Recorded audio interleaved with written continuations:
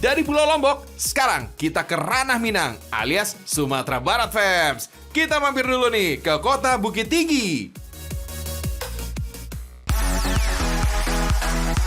Titik 0 km kota Bukit Tinggi ini, fams, bukan sekedar ikon kota yang biasa, menjadi salah satu landmark dari Sumatera Barat, bahkan juga pariwisata di Indonesia.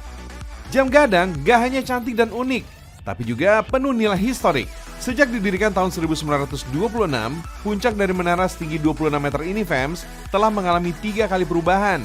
Awal didirikan pada masa Hindia Belanda, atapnya berbentuk bulat dengan patung ayam di atasnya. Pada masa kependudukan Jepang, diubah jadi bentuk pagoda.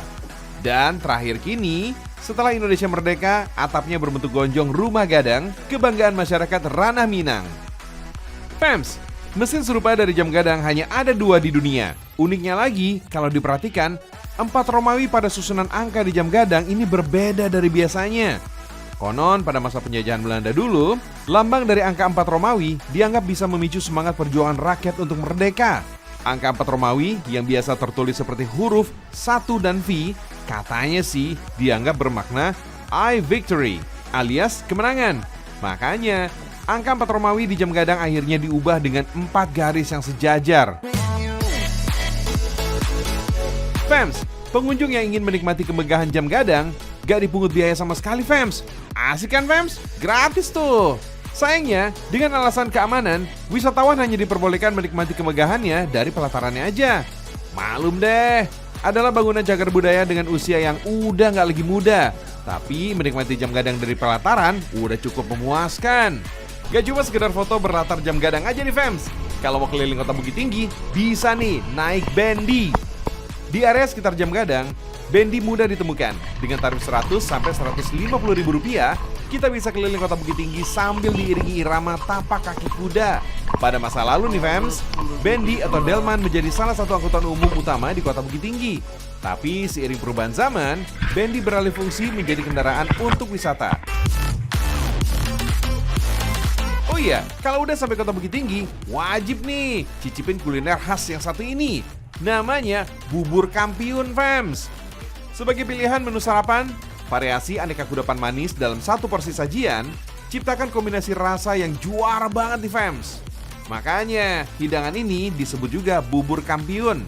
Bubur kampiun atau bubur juara ini, fams, adalah pemenang pertama pada perlombaan khusus dengan tujuan menghilangkan trauma pasca perang di akhir dekade 1950-an.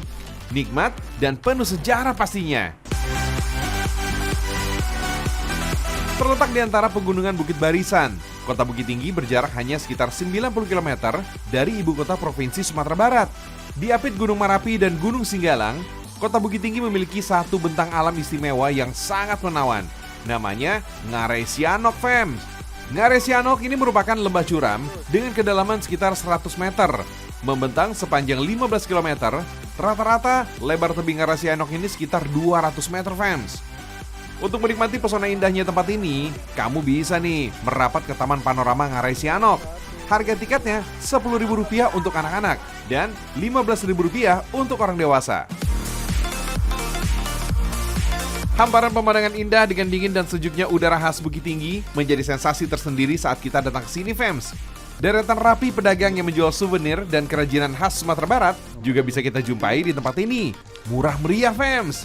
Oh iya, kontur lembah Sianok terbentuk karena proses turunnya sebagian lempengan bumi hingga menimbulkan patahan berwujud jurang yang sangat curam.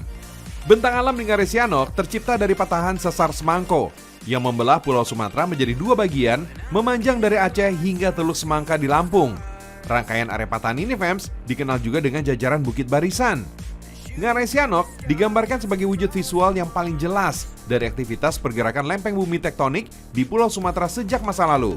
Malahan nih, fams, pesona keindahan Ngarai Sianok diabadikan pemerintah dalam wujud gambar uang kertas pecahan Rp2.000. Cek sendiri deh kalau nggak percaya.